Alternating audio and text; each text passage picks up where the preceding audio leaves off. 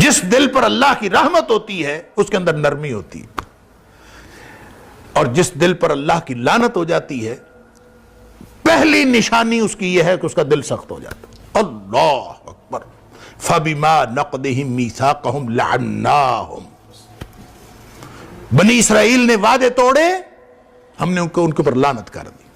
وَجَعَلْنَا قُلُوبَهُمْ قَاسِيَةً، پہلا اثر یہ ہوا کہ ان کے دل سخت ہو، جب لعنت ہوتی ہے تو دل سخت ہو جاتا ہے۔ اللہ اکبر۔ فَهِيَ كَالْحِجَارَةِ، دوسری جگہ فرمایا یہ پتھروں کی طرح ہو گئے، او اشد قسوہ، بلکہ پتھروں سے بھی زیادہ سخت۔ پتھر کے اندر نرمی ہوتی ہے اور لعنتی دل کے اندر نرمی نہیں ہوتی، یعنی دل جس کے اوپر لعنت ہوئی ہو وہ زیادہ سخت ہوتا۔ لوگ کہتے ہیں رونا نہیں آتا، نماز پڑھتے ہیں دعا کرتے ہیں رونا نہیں آتا، کعبۃ اللہ میں بیٹھے ہوتے ہیں رونا نہیں آتا۔ اس بات پر روئیں کہ دل سخت ہو گیا ہے۔ دل کی نرمی رحمت کی علامت ہے اور دل کی سختی لعنت کی علامت ہے۔ اب یہ آپ بڑے بڑے وعدے توڑیں تو بھی دل سخت ہوتا ہے، آپ چھوٹی چھوٹی نافرمانیاں کریں تو بھی دل سخت ہوتا ہے۔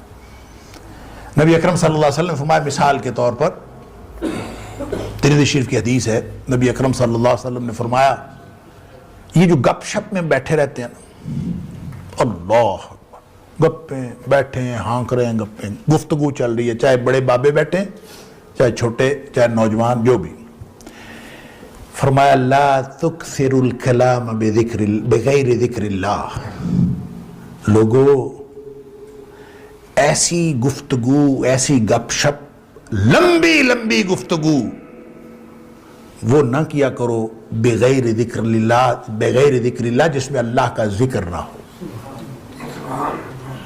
ایسا نہ کیا کرو۔ کیوں؟ اس لیے نہ کیا کرو کہ ان کثرت الکلام بغیر ذکر اللہ قسوۃ للقلب، وہ جو گفتگو اس طرح کی ہوتی ہے جس میں اللہ کا ذکر نہیں ہے، وہ گپ شپ ہو، وہ دنیا کی باتیں ہوں، وہ کاروبار کی باتیں ہوں، وہ جو مرضی، جس میں اللہ کا ذکر نہیں، وہ گھر کے معاملے ہیں جو بھی چلتے رہتے ہیں، اللہ کی یاد کے بغیر جو کثرت کلام ہوتا ہے، فرمایا وہ دل کی سختی کا باعث بنتا ہے۔ وَإِنَّ أَبْعَدَ اللَّهِ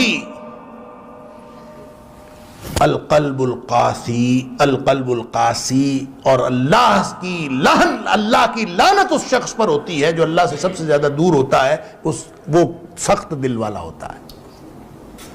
اس کا مطلب یہ ہے کہ ہم جو چھوٹی چھوٹی گپ شپ کر رہے ہوتے ہیں، ہماری تو زندگی اس طرح سے گزر رہی ہے۔ ذکر تو ہوتا ہے تھوڑا بہت نماز کے وقت، وہ بھی جس کو اللہ توفیق دیتا ہے، بھائی اس کے بعد سمجھتے ہیں کہ اب تو ضرورت ہی نہیں، اگلی نماز آئے گی دیکھا جائے گا۔ درمیان میں کوئی اللہ کی یاد نہیں، کوئی اللہ کا ذکر نہیں، لطیفے چل رہے ہیں، گپ شپ چل رہی ہے، گھر بات معاملات، اس سے دل کی سختی بڑھ رہی ہے۔ اللہ ان کثرت الکلام بغیر ذکر اللہ قسوۃ للقلب، یہ دل کی سختی ہے، اور جس کا دل سخت ہو گیا وہ ابعد الناس من اللہ، وہ اللہ سے سب سے زیادہ دور لوگوں میں سے وہ ہوتا ہے۔ اور ابعد کا مطلب ہوتا ہے رحمت سے دوری، اور جو رحمت سے دوری ہوتی ہے وہ لعنت ہوتی ہے۔ تو سب سے زیادہ دور اللہ کی رحمت سے وہ کون ہوتا ہے؟ القلب القاسی، سخت دل والا ہوتا ہے۔ اب میں اور آپ ہم کا سب جو زندگی گزار رہے ہیں اس میں لمحہ لمحہ ہم دل کی سختی کا انتظام کر رہے ہیں، ہر چیز دل پر اثر کر رہی ہے، لیکن سب سے زیادہ جو چیز دل پر اثر کرتی ہے نا، جو دل کو سخت بناتی ہے، وہ آنکھ اور زبان کا عمل۔ انسان کسی چیز کو دیکھے، نبی کریم صلی اللہ علیہ وسلم فرمایا یہ جو نظر ہے نا، سہم من سہام الشیطان، یہ شیطان کے تیروں میں سے ایک تیر ہے۔ نگاہ کسی چیز پر پڑتی ہے، متاثر بیچارہ دل ہوتا ہے۔ آپ عمل کر کے دیکھ لیں، آپ تجربہ کر کے دیکھ لیں، جس شخص کی بد نظری ہوئی ہو، وہ چاہے ظاہری طور پر بد نظری ہوئی ہو، چاہے آپ نے اس کو کسی تصویر کو دیکھا ہو، چاہے آپ نے کسی گلی محلے میں بد نظری کی ہو، کسی بھی طرح کی بد نظری، بد نگاہی، اگر آنکھ نے ایسا کچھ دیکھا ہے جو حرام ہے اس کے اوپر دیکھنا، اس کے بعد آپ نماز پڑھیں، ہو ہی نہیں سکتا کہ نماز کے اندر خشوع و خضوع متاثر نہ ہو۔ دیکھا کہیں اور، نماز کہیں اور پڑھ رہے ہیں، دل متاثر ہو چکا ہوتا ہے۔ یہ ہو نہیں سکتا کہ انسان آ کے اس کے بعد عبادت کرے، اس کی عبادت میں خشوع و خضوع کا وہ لیول اور وہ سطح قائم رہے جو اس سے پہلے تھی۔ کیوں؟ اس لیے کہ جب آپ نے بد نگاہی کی، نگاہ پڑی، وہ شیطان کے تیروں میں سے تیر ہے، اس کا پہلا وار جو ہے اپنے دل پر چلتا ہے، بس حالات خراب ہو جاتے ہیں۔ جب حالات خراب ہوتے ہیں، اچھا جی پھسلن ہے، اللہ معاف کرے، آپ اگر پھسلتے چلے جائیں، جس دن آپ کو دل کی سختی محسوس ہونا بند ہو جائے، دل کی سختی ہو، دل آلودہ ہو رہا ہو اور اس کا احساس بھی ختم ہو جائے کہ میرا دل آلودہ ہو رہا ہے، اگر تو نقطہ لگا، سیاہ نقطہ، احساس ہو گیا، آپ نے اس کے بعد نیکی کی، اللہ سے توبہ کی، نقطے مٹ گئے، صاف ہو گئے۔ اگر یہ احساس بھی ختم ہو گیا نا کہ کوئی مسئلہ ہو رہا ہے، کوئی بات نہیں، خیر ہے، بس جس دن آپ نے اس بات کی پرواہ کرنی چھوڑ دی، سمجھ لیجئے کہ اس کے بعد آپ ایک ایسی کھائی کی طرف پھسلتے چلے گئے۔ نبی اکرم صلی اللہ علیہ وسلم فرمایا، حجبت الجنت بالمکارہ وحجبت النار بالشہوات۔ یہ جو دل کو اچھی لگتی ہیں نا چیزیں، انسان کا دل کشش کرتا ہے، یہ پھسلن ہے جہنم کی طرف، جہنم کے گرد ان کی باڑ ہے۔ حجبت النار بالشہوات، مزے مزے کی چیزیں، مزے کرو، جو مزاج یار میں آئے جو مرضی کرو، یہاں بیٹھے بھی زندگی ہے بابر بعیش کوش کہ عالم دوبارہ نیست، جو مرضی کر لو، یہ ساری چیزیں آپ کو پھسل کے ایک ایسی پھسلن میں ڈال دی ہیں، ایسی سلائیڈ میں ڈال دی ہیں، آپ اس کے بعد جہنم سے بچ نہیں سکتے، یہ آپ کو پھسلا کے جہنم میں ڈال دے۔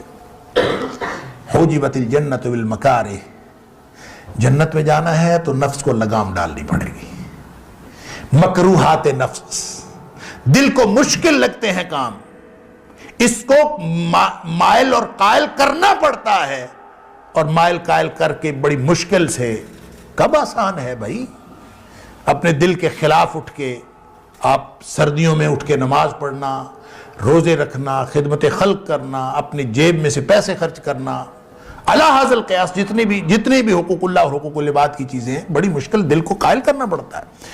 حجبت الجنت بالمکارہ، جب یہ مکروہات نفس ہیں، دل کو مجبور کر کے، محنت کر کے اس کو مائل اور قائل کرنا پڑتا ہے، وگرنہ یہ تو اس کے اندر تو ٹینڈنسی یہ ہے، ان النفس لامارۃ بالسوء، یہ ہمیشہ آپ کو برائی کی طرف لے کے جائے، یہ دشمن ہے انسان کا اندر بیٹھا۔ الا ما رحم ربی، جب اس پر رحمت ہو جاتی ہے تو پھر یہ گناہ کی طرف نہیں لے کے جاتا، پھر یہ انسان کو نیکی کی طرف لے کے جاتا۔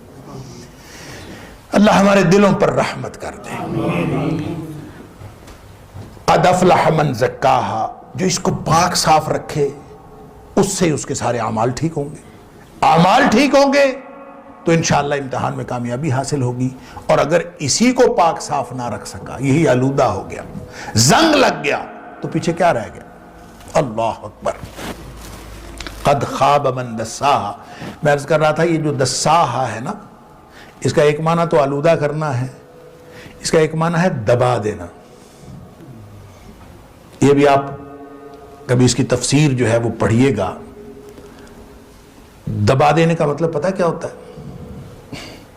دبا دینے کا مطلب یہ ہوتا ہے کہ دل جس بات کو بھی کرے، آپ نے اس کی بات نہیں ماننی، آپ نے اس کی ہر خواہش کو دبا دینا۔ قرآن کہتا ہے کہ اس کو دبا دینے والا بھی نامراد ہے۔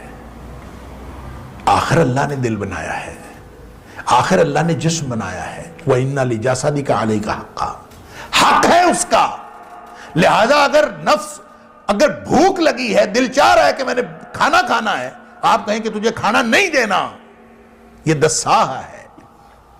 اگر آپ کو شہوت کی اشتہا ہے، آپ جوان ہیں، جن سے مخالف کی ضرورت ہے، آپ کہیں کہ نہیں شادی کرنی، دساہا ہے، قد خواب من دساہا۔ اسلام نے ایسی کوئی تعلیم نہیں دی کہ آپ اپنی جائز خواہشات کو بھی دبا